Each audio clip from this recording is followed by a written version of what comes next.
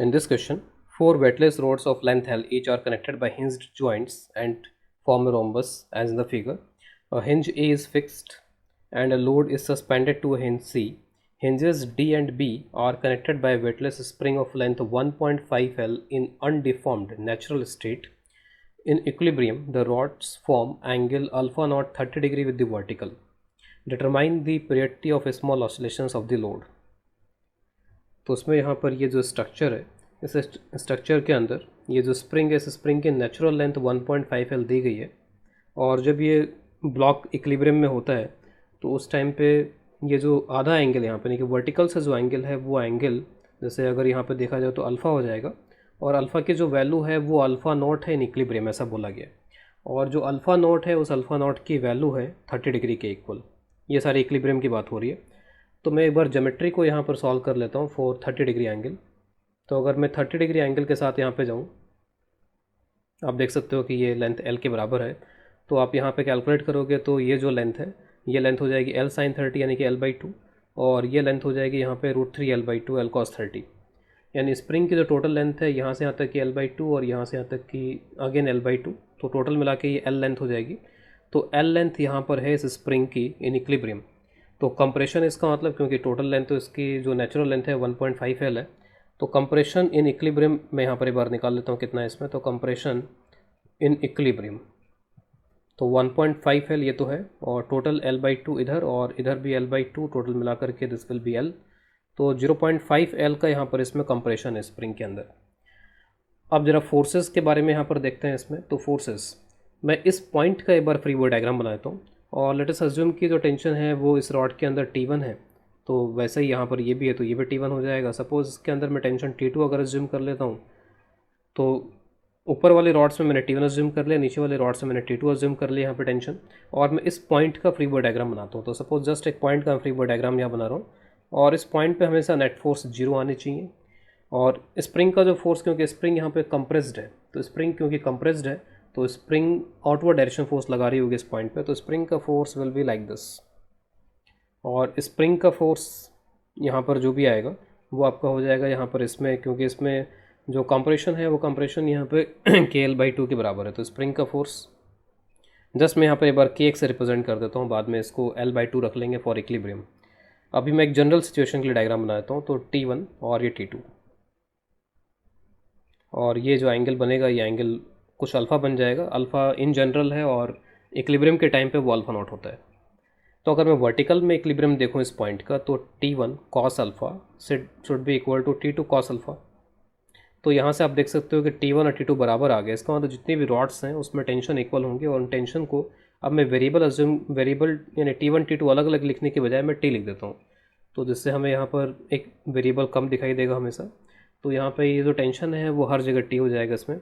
और अगर मैं हॉरिजॉन्टली इक्विलिब्रियम की इक्वेशन लिखता हूँ तो टेंशन के जो दोनों कंपोनेंट्स हैं, ये दोनों कंपोनेंट्स मिलाकर के इस KX को बैलेंस कर रहे होंगे। तो this will be 2T sin alpha. तो जैसे जैसे ब्लॉक जो है मोशन कर रहा होगा, कंप्रेशन वगैरह चेंज होते जाएंगे इसके, तो उसके अकॉर्डिंगली यहाँ पे जो T और अल्फ़ा भी चेंज होते जाएंगे, क्योंकि स्ट्रक्चर जो है वो यहाँ पर एक तरीके से अपनी यहाँ पे जो डिस्टेंसेस हैं इन दोनों पॉइंट्स के बीच में वो चेंज कर सकते हैं, क्योंकि यहाँ पर हिंजेस हैं ये। लेकिन हम अज्यूम करेंगे कि जैसे जैसे ये मूव करेगा तो यहाँ पर ज़रूर यहाँ पे इसके शेप में चेंज आएगा, लेकिन शेप हमेशा रोम्बस रहेगा इसका। तो शेप विल बी रोम्बस, बस यहाँ पर जो डिस्टेंसेस हैं इन दोनों पॉइंट्स के बीच में आपस में वो चेंजेस हो सकते हैं। इन दोनों पॉइंट्स के बीच में आपस में डिस्टेंस चेंज हो सकता है, यानी कि डायगोनल की लेंथ चेंज हो सकती है। तो ठीक है, 2T sin alpha is equal to KX। अगर मैं इक्विलिब्रियम के लिए इस इक्वेशन को लिखता हूँ, मैंने किसी जनरल मोमेंट पे लिख दिया। अगर मैं इसको इक्विलिब्रियम के लिए लिखूँ तो टेंशन की वैल्यू इक्विलिब्रियम के लिए लेट से मैं उसको T0 बोल देता हूँ, और ये साइन अल्फ़ा नॉट K, और x की वैल्यू मुझे पता है इक्विलिब्रियम के लिए। ठीक है, for equilibrium this is x is equal to L/2। मैं इक्विलिब्रियम के लिए यहाँ पर इस इक्वेशन को लिख देता हूँ आगे। तो 30 डिग्री है तो 30 sin 30 इज़ 1/2, तो ये 2 कैंसिल हो जाएंगे, और जो टेंशन की वैल्यू है फिर वो कैलकुलेट होकर यहाँ से आ जाएगी KL/2। This is just for equilibrium, not for always, क्योंकि बाद में T अल्फ़ा वगैरह चेंज होते जाएंगे तो उसके अकॉर्डिंगली ये सब चेंज होंगे इसमें। फिर मैं अगर इस ब्लॉक के लिए लिखता हूँ तो ब्लॉक पे ऊपर T इस तरीके से लग रहा है, यहाँ पे T ऐसे लग रहा है, this is alpha and this is alpha, और यहाँ पर ये mg लग रहा है। तो अगर मैं यहाँ पर इस ब्लॉक के फ्री बॉडी डायग्राम से लिखूँ इक्वेशन, तो this will be 2T sin alpha minus m g यहाँ पर ये होगा नेट फोर्स किसी मोमेंट पे, ठीक है। लेकिन जब इक्विलिब्रियम होगा, फॉर इक्विलिब्रियम, तो ये दोनों बैलेंस कर जाएंगे। तो फॉर इक्विलिब्रियम, अगेन इक्विलिब्रियम के लिए लिख लेते हैं यहाँ पर, इसमें इक्विलिब्रियम के लिए कंडीशन निकाल लेते हैं। तो इक्विलिब्रियम के लिए 2T0, सॉरी ऊपर कॉस अल्फा आएगा यहाँ पर, कॉस अल्फा कंपोनेंट अपवर्ड्स इस तरीके से। तो 2T0 cos alpha naught this is equal to m g. यहाँ पर आप ये T0 यहाँ से अगेन कैलकुलेट कर सकते हो। तो this is √3/2, this is m g, और ये जो T0 है this will be m g by √3। तो इक्विलिब्रियम में जो टेंशन होगी एम जी के टर्म्स में इतनी हो जाएगी और इसके टर्म्स में इतनी हो जाएगी, क्योंकि हमें के गिवन नहीं है। तो आप इन दोनों को इक्वेट करके के भी कैलकुलेट कर सकते हो इन टर्म्स ऑफ मासेस। तो मैं एक बार ये भी कर लेता हूँ यहाँ पे। तो KL/2 this is equal to m g by √3, और जो के की वैल्यू है that will be 2mg by √3 into L, ठीक है। तो आगे हमें कहीं के की वैल्यू जो पड़ सकती है तो उसको मैं इससे यहाँ पर रिप्लेस कर सकता हूँ के की वैल्यू को।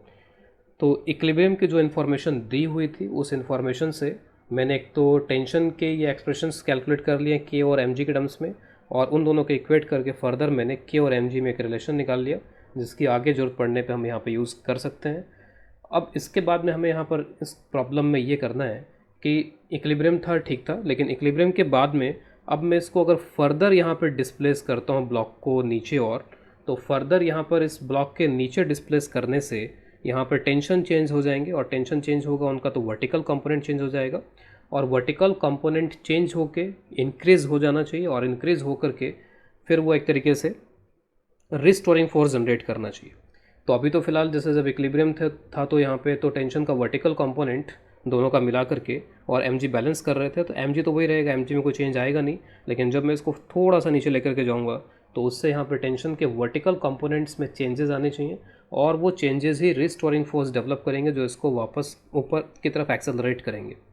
तो जस्ट हमें बस अब ये ऑब्जर्व करना है कि अगर मैं किसी स्मॉल डिस्प्लेसमेंट से इसको नीचे लेके जाता हूँ तो इस पर जो नेट रिस्टोरिंग फोर्स आता है वो उस डिस्प्लेसमेंट के डायरेक्टली प्रोपोर्शनल है, और उसके लिए हमें ज्योमेट्री और डायनेमिक्स का यूज़ करना पड़ेगा इसको सॉल्व करने के लिए। तो let us solve for small displacement of this block. तो मैं एक बार यहीं पर डिस्प्लेसमेंट को दिखा देता हूँ। सपोज़ मैं इसको, क्योंकि एक्स वगैरह हम एक्सटेंशन के लिए यूज़ कर रहे हैं, तो मैं यहाँ पर इसको एच से रिप्रेजेंट कर देता हूँ कि सपोज़ मैं इसको इसकी इक्विलिब्रियम पोजीशन से, जब ये इक्विलिब्रियम में था तो वहाँ से एच फर्दर नीचे लेकर के जाता हूँ। अब हमारा सारा जो फोकस है वो इस पे है कि इनमें टेंशन में चेंजेस आए होंगे, और जैसे मैंने बताया कि इसका जो स्ट्रक्चर है थोड़ा चेंज हो सकता है, अल्टीमेटली रोम्बस रहेगा लेकिन चेंज हो सकता है यहाँ पर इनके डायगोनल का लेंथ। मैं डायग्राम बना के दिखाऊंगा उसको। तो ये जो अल्फ़ा एंगल है वो चेंज हो जाएगा, तो T will change, alpha will change, और अकॉर्डिंगली जो वर्टिकल कंपोनेंट है वो चेंज हो जाएगा। जितना भी उसमें चेंज आएगा वही चेंज एक तरीके से यहाँ पे रिस्टोरिंग फोर्स जनरेट करेगा, क्योंकि अभी तो जो आ रहा था वो तो बैलेंस कर ले रहा था इसको। तो जो चेंज होगा, चेंज होकर जो बढ़ेगा, तो जो बढ़ने वाला पार्ट है वो इसमें रिस्टोरिंग फोर्स जनरेट करेगा। और टेंशन में क्या क्या चेंजेस आएंगे तो उसके लिए हमें यहाँ पे देखना पड़ेगा कि स्प्रिंग में क्या चेंजेस आए, स्प्रिंग का जो फोर्स है वो कैसे चेंज हुआ है, और स्प्रिंग का फोर्स कैसे चेंज हुआ है उसको देखने के लिए स्प्रिंग में जो कंप्रेशन एक्सटेंशन जो भी है, कंप्रेशन था बेसिकली यहाँ पे, तो कंप्रेशन कितना चेंज हुआ है तो उससे स्प्रिंग के फोर्स का चेंज पता चलेगा, और उसके कॉरस्पॉन्डिंग जो टेंशन का चेंज है, और टेंशन का चेंज के साथ साथ आप ये ध्यान रखो कि टेंशन के वर्टिकल कंपोनेंट का चेंज आपको निकालना है यहाँ पर, क्योंकि अल्फ़ा भी चेंज हो रहा है यहाँ पर, ये जो एंगल है वो भी चेंज होगा यहाँ पे, सिर्फ टेंशन ही चेंज नहीं होगा। तो मैं इसका एक डायग्राम बना देता हूँ ज्योमेट्रिकली, जिससे हम इसको ऑब्जर्व कर पाएँ आगे इसमें। तो let us draw the diagram. तो सपोज़ ये जो डायग्राम था वो इनिशियली कुछ इस तरीके का था, it was like this initially का मतलब आप अल्फ़ा नोट से ले सकते हो कि जब अल्फ़ा नोट एंगल था तो ऐसा था यहाँ पर ये। और उसके बाद में अब ज्योमेट्री में आप ये पॉइंट हमेशा ध्यान रखो कि रोम्बस जो है यहाँ पर, तो रोम्बस के जो दोनों डायगोनल्स हैं वो बाइसेक्ट करते हैं 90 डिग्री पे। तो भले उनके लेंथ आप खींच के कुछ चेंज कर दो यहाँ पे, लेकिन वो बाइसेक्ट करेंगे, यानी कि ये लेंथ आपस में बराबर होंगे, ये लेंथ और ये लेंथ बराबर होंगे, और हमेशा ये जो एंगल है वो 90 डिग्री बनेगा। तो रोम्बस की ये जो ज्योमेट्री है, इस ज्योमेट्री का हम यहाँ पर इसमें यूज़ करेंगे। आपने इस पॉइंट को खींचा और इसको एच नीचे ले आए, तो इस पॉइंट को यहाँ पे खींचा गया और ये एच नीचे आ गया। तो उसके साथ साथ आप देखोगे जो सेंटर है वो सेंटर भी यहाँ पे रिलोकेट हो जाएगा और यहाँ पर आ जाएगा। तो सेंटर को मैंने जस्ट वर्टिकली यहाँ पे ड्रॉप करा दिया इसमें। और उसके साथ साथ जैसे यहाँ पर ये हिंजेस हैं, ये हिंज तो फिक्स है यहाँ पे, ये जो हिंजेस हैं तो ये जो रॉड्स हैं वो रॉड यहाँ पर रोटेट कर सकते हैं, क्योंकि ये जो हिंज हैं फ्री हिंजेस हैं यहाँ पर, इनके अबाउट यहाँ पर ये जो रॉड्स हैं वो रोटेशन कर सकते हैं। यहाँ पर इसमें ये फिक्स है तो इस फिक्स हिंज के अबाउट रोटेशन कर सकते हैं। तो यहाँ पर सपोज़ ये जो है ये वाली रॉड जो है वो रोटेट होकर थोड़ी सी ऐसे यहाँ पर इधर की तरफ आ गई है। इट कम्स लाइक दिस, कुछ इस तरीके से ये वाली भी आ गई होगी, बिल्कुल सिमेट्रिक टाइप का डायग्राम बन जाएगा यहाँ पे। और ये जो पॉइंट्स हैं इनको आप इससे ज्वाइन कर दो,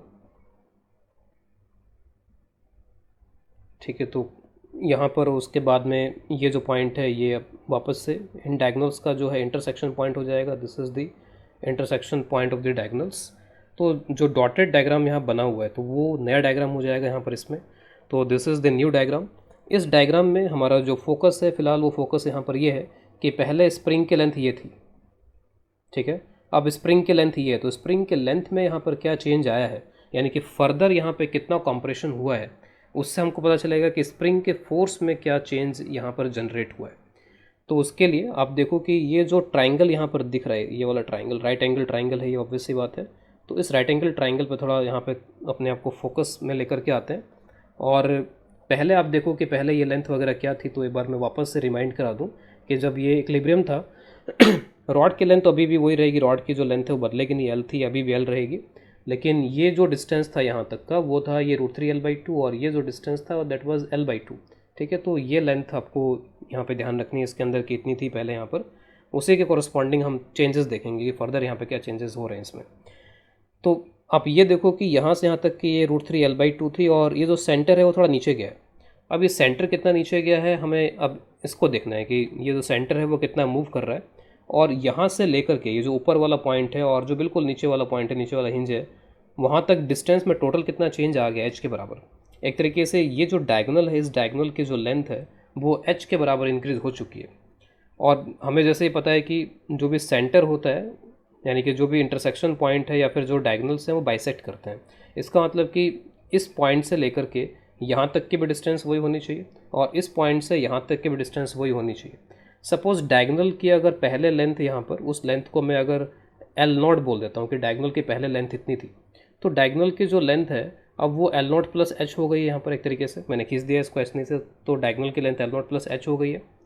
इंडिविजुअली यहाँ से यहाँ तक की डिस्टेंस और यहाँ से यहाँ तक की डिस्टेंस पहले कितनी थी, तो L0/2 था और L0/2 था पहले यहाँ पर इंडिविजुअली, क्योंकि टोटल जो लेंथ थी पहले वो L0 थी डायगोनल की। L0/2 आधा आधा यहाँ पे डिवाइड हुआ होगा इस पॉइंट की वजह से, इंटरसेक्शन पॉइंट की वजह से। अब यहाँ पर इस इंटरसेक्शन पॉइंट यानी कि ये जो यहाँ तक का डिस्टेंस है ये कितना होना चाहिए, L0 + h/2, और ये जो डिस्टेंस है ये कितना होना चाहिए, ये भी होना चाहिए L0 + h/2। तो टोटल डिस्टेंस को मैंने हाफ डिवाइड कर लिया, उससे मेरे को आइडिया लग गया कि ये जो सेंटर है, ये जो इंटरसेक्शन पॉइंट है वो कितना नीचे आया होगा यहाँ पर। तो ये कितना नीचे आया यहाँ पर h/2, तो this descend is h/2।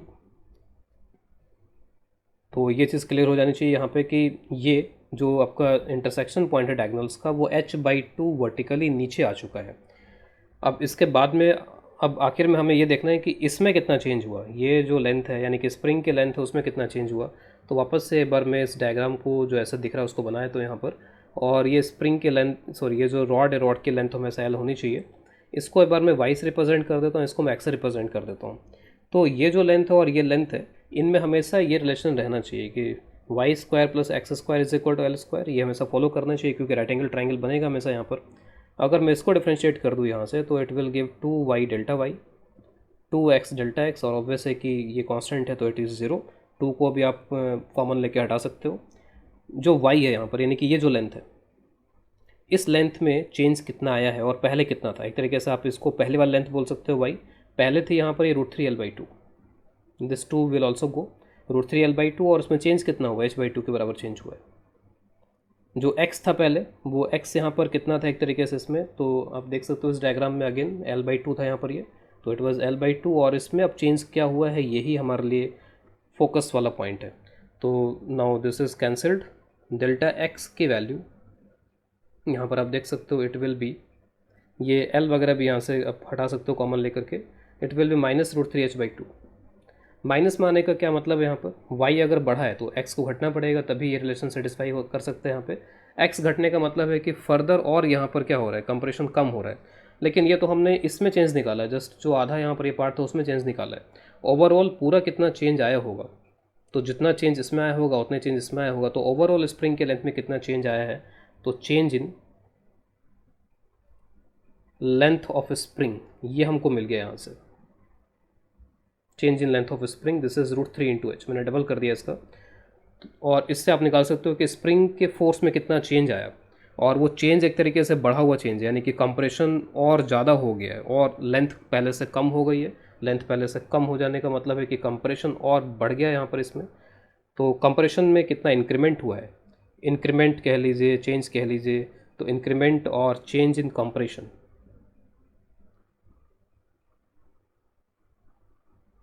Compression या स्प्रिंग फोर्स लिख लेता हूँ मैं इसको, स्प्रिंग फोर्स, कंप्रेशन का तो हो गया वहाँ पे लेंथ, तो इंक्रीमेंट और change in spring force is k times √3 × h। ठीक है, के की वैल्यू की जरूरत पड़ेगी तो हम बाद में रखेंगे, हमारे पास के और एम जी में रिलेशन ऑलरेडी यहाँ पर आ चुका है। तो अब तक हमने इसमें देख लिया कि जो इक्विलिब्रियम में टेंशन था वो mg/√3 that is equal to also KL/2, K की वैल्यू यहाँ से आप बता सकते हो कितनी है। ये डायग्राम जब इक्विलिब्रियम था उसके लिए यहाँ पर स्प्रिंग फोर्स में कितना चेंज आया है वो हमने देख लिया, और जो नया डायग्राम होगा वो हमने देख लिया। यहाँ पर जब इसको आप h नीचे लेकर के आते हो तो जो ये इंटरसेक्शन पॉइंट है डायगोनल्स का वो h/2 नीचे आ जाता है। तो वो सारा कुछ करके हमने यहाँ पे स्प्रिंग फोर्स में कितना चेंज होगा वो निकाल लिया।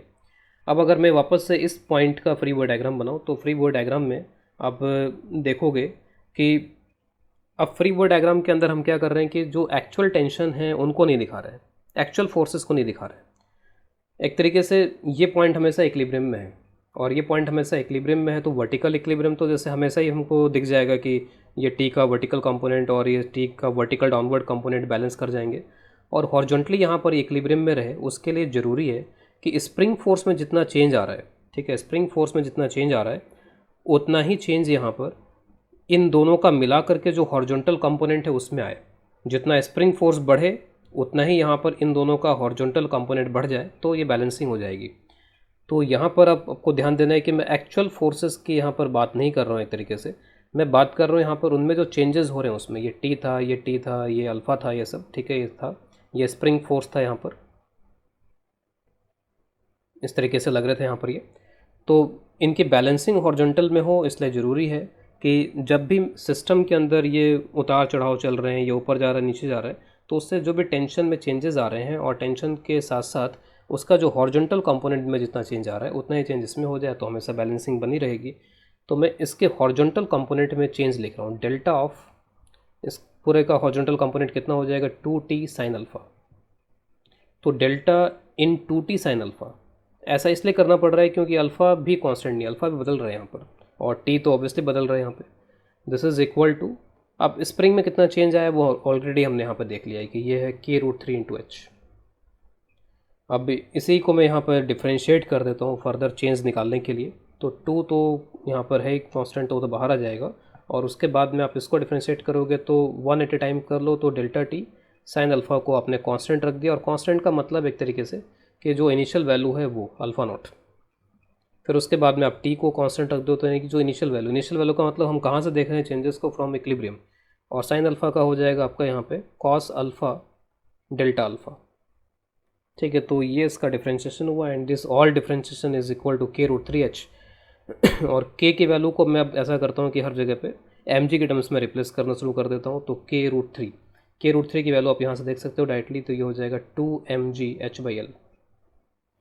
तो this is your k√3 × h, उसकी वैल्यू यहाँ पर ये हो जाएगी। अब इसके बाद फर्दर डेल्टा टी हम यहाँ से निकाल सकते हैं, जिसकी ज़रूरत हमें यहाँ पर पड़ जाएगी डेल्टा टी के लिए। साइन अल्फ़ा नॉट हम रख सकते हैं यहाँ पे क्योंकि ये 30 डिग्री 1/2 हो जाएगा, ठीक है। टी नॉट हमें पता है कि टी नॉट जो है in terms of m g इतना है, उसको रखने में भी कोई दिक्कत नहीं यहाँ पर। कॉस अल्फ़ा यानी कि कॉस अल्फ़ा नॉट एक तरीके से, तो इसको रखने में भी यहाँ पर कोई दिक्कत नहीं है। डेल्टा अल्फ़ा यानी कि अल्फ़ा में कितना चेंज आया है, जब मैंने यहाँ पर ये प्रोसेस किया तो ये जो एंगल बन रहा था वर्टिकल के साथ में उसमें क्या चेंज आया है उसको हमें यहाँ पर एक बार कैलकुलेट कर लेना होगा। तो अल्फ़ा का चेंज यहाँ पर आप किस तरीके से कैलकुलेट कर पाओगे उसको देखते हैं, how we can find the change in alpha. उसके लिए एक बार मैं वापस से इस डायग्राम में आता हूँ। किसी भी टाइम पे ये अल्फ़ा बन रहा है, ये वाई यहाँ पर ये एल इस तरीके का है। वाई और एल को आप आपस में रिलेट कर सकते हो यूजिंग कि जो वाई है वो एक तरीके से यहाँ पे क्या है, एल कॉस अल्फ़ा है। डिफ्रेंशिएट करो आप इसको तो डेल्टा वाई, एल तो कांस्टेंट ही रहेगा एल, तो माइनस एल कॉस का डिफ्रेंशिएशन करेंगे तो साइन हो जाएगा, तो sign alpha delta alpha. Sine alpha यानी कि साइन अल्फ़ा नॉट की वैल्यू यहाँ पे इसमें रख देंगे फिर इसमें, और डेल्टा अल्फ़ा निकाल लेंगे। माइनस इसलिए आ रहा है क्योंकि वाई बढ़ेगा तो यहाँ पे अल्फ़ा घटेगा, कुछ इस तरीके का रिलेशन मेरे को दिख रहा है इसके अंदर भी, डायग्राम के अंदर भी, इसीलिए माइनस आ रहा है यहाँ पर ये। तो delta alpha will be delta y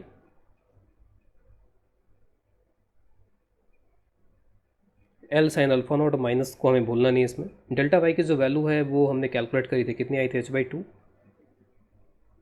L sine alpha by two, sine alpha is also 1/2, तो ये कैंसिल हो जाएगा और ये माइनस h/l आ जाएगा। तो डेल्टा अल्फ़ा की वैल्यू हमने यहाँ से कैलकुलेट कर ली है, this is equal to minus of h/l, तो ये आ गया। इसको ऑब्जर्व करने का एक और तरीका है जो कि आप इस डायग्राम में कर सकते हैं। जस्ट मैं मैग्नीट्यूड वाइज निकाल देता हूँ। ऑब्वियसली कि नेगेटिव है, सपोज ये डेल्टा अल्फ़ा है, यहाँ पर ये डेल्टा अल्फ़ा है और यहाँ पर ये जो रॉड है, रॉड का ये जो पॉइंट है वो इस आर्क को फॉलो कर रहा है, और इस आर्क को फॉलो कर रहा है, तो ये जो आर्क है वो ऑलमोस्ट एक तरीके से इसके ऊपर 90 डिग्री का एंगल फॉर्म कर रही होगी कुछ इस तरीके से। यहाँ पे almost this angle will be 90 degree angle. आप अगर इसकी कैलकुलेशन करना चाहो तो ये जो कैलकुलेशन है वो कैलकुलेशन कुछ इस तरीके से हो जाएगी। ये जो आर्क लेंथ है, ये आर्क लेंथ यहाँ पर हो जाएगी, this arc length will be, ये लेंथ एल थी तो ये हो जाएगा L sine delta alpha, this will B L sine delta alpha. आप यहाँ से ऐसा करो, एक परपेंडिकुलर ड्रॉप कर लो और ये जो परपेंडिकुलर डिस्टेंस है ये h/2 हो जाएगा। ये एंगल अल्फ़ा है एक तरीके से, this is 90 minus alpha, 90 minus alpha and this will B alpha. Sorry, ये जो आर्क लेंथ है, ये आर्क लेंथ में गलत लिख दिया यहाँ पे, ये L into this included angle होगा, तो L थीटा होता है तो L डेल्टा अल्फ़ा हो जाएगा। तो एक तरीके से दिस इज़ हाइपोटेनियस, और यहाँ पर आप इसमें साइन अल्फ़ा से मल्टीप्लाई कर लो, तो साइन अल्फ़ा से मल्टीप्लाई करोगे तो ये h/2 के बराबर होगा, यानी कि h/2 is equal to L delta alpha into sine alpha.